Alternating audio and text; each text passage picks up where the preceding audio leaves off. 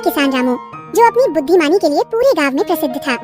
आज भी नया दिन है, नई उम्मीदों के साथ। चलो खेतों में काम करने का समय हो गया।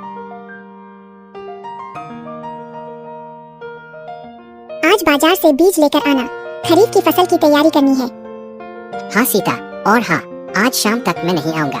जंगल के पास वाले खेत में काम है। रामू अपने खेत की ओर जाने लगता है। यह खेत बहुत उपजाऊ है, लेकिन जंगली जानवरों का डर रहता है। अचानक झाड़ियों से आवाज आती है। कौन है वहाँ? कहीं कोई खतरनाक जानवर तो नहीं? एक बड़ा सा हाथी झाड़ियों से बाहर आता है। रामू पहले तो डरता है, फिर हाथी के पैर में कांटा देखता है। अरे, इसके पैर में तो कांटा गड़ा है। रामू धीरे धीरे हाथी के पास जाता है। डरो मत, मैं तुम्हारी मदद करूंगा। हाथी शुरू में डरता है, फिर रामू की नेकी देखकर शांत हो जाता है। तुम मेरी मदद कर रहे हो? हाँ मित्र, हर जीव की मदद करना मेरा धर्म है।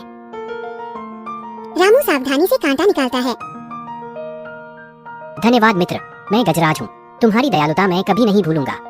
मैं रामू हूँ, यहाँ का किसान। तुम जंगल से आए हो? हाँ, लेकिन शिकारियों ने मेरे झुंड को तितर बितर कर दिया। मैं अकेला रह गया हूँ।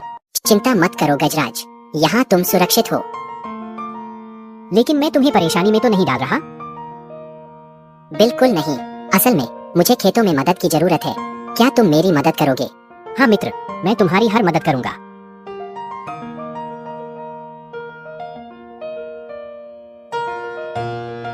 गजराज खेत में हल चलाने में मदद करता है।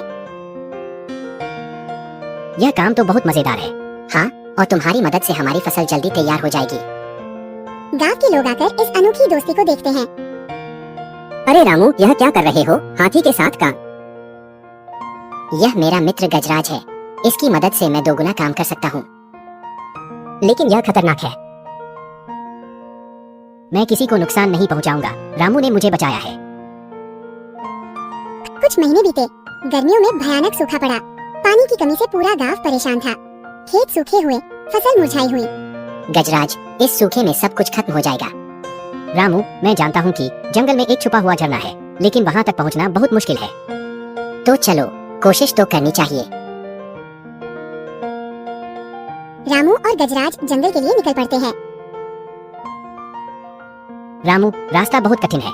कोई बात नहीं गजराज, हमारी मित्रता में इतनी ताकत है कि हम किसी भी मुश्किल से निकल सकते हैं। दोनों पहाड़ों और घने जंगलों से होकर गुजरते हैं। रामू, मुझे एक आवाज सुनाई दे रही है, पानी की आवाज। वाह, चलो जल्दी चलते हैं। रामू और गजराज एक सुंदर झरने के पास पहुंचते हैं। यह तो स्वर्ग जैसा है। अब हमें गांव तक पानी पहुंचाना है। लेकिन इतना पानी गांव तक कैसे ले जाएं? मेरे पास एक उपाय है। मैं अपनी सूंड से पानी भरकर ले जा सकता हूँ। लेकिन यह तो बहुत धीमा तरीका है। थोड़ी देर रामू सोचता है।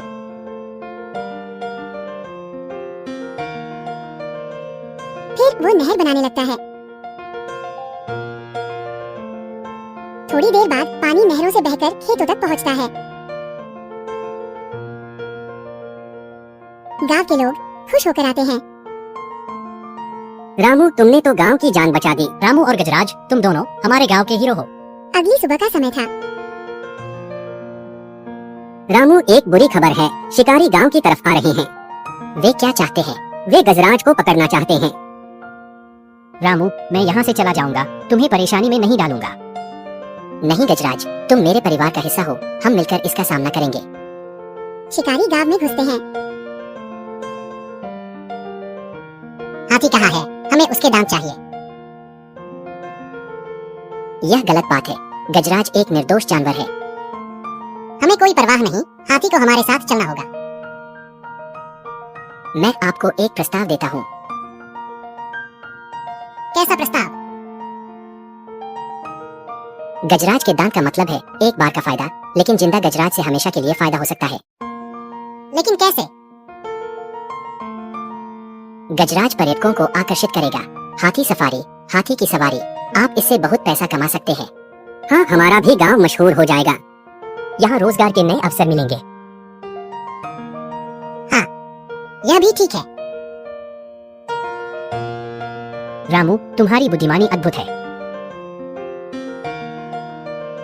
ठीक है, लेकिन हम इसके साझीदार बनेंगे। लेकिन अब से कोई जानवर का शिकार नहीं करेंगे। ठीक है। रामू की बुद्धिमानी से न केवल गजराज की जान बची, बल्कि पूरे गांव की तकदीर बदल गई। गजराज मेरा सबसे अच्छा मित्र है। रामू, यह सब तुम्हारी वजह से हुआ है। नहीं गजराज, यह हमारी मित्रता की ताकत है। मुझे तुम पर गर्व है। सीता, सच्ची मित्रता में बहुत ताकत होती है। ये कहानी हमें सिखाती है कि दयालुता, मित्रता और बुद्धिमानी से हर मुश्किल का समाधान मिल सकता है।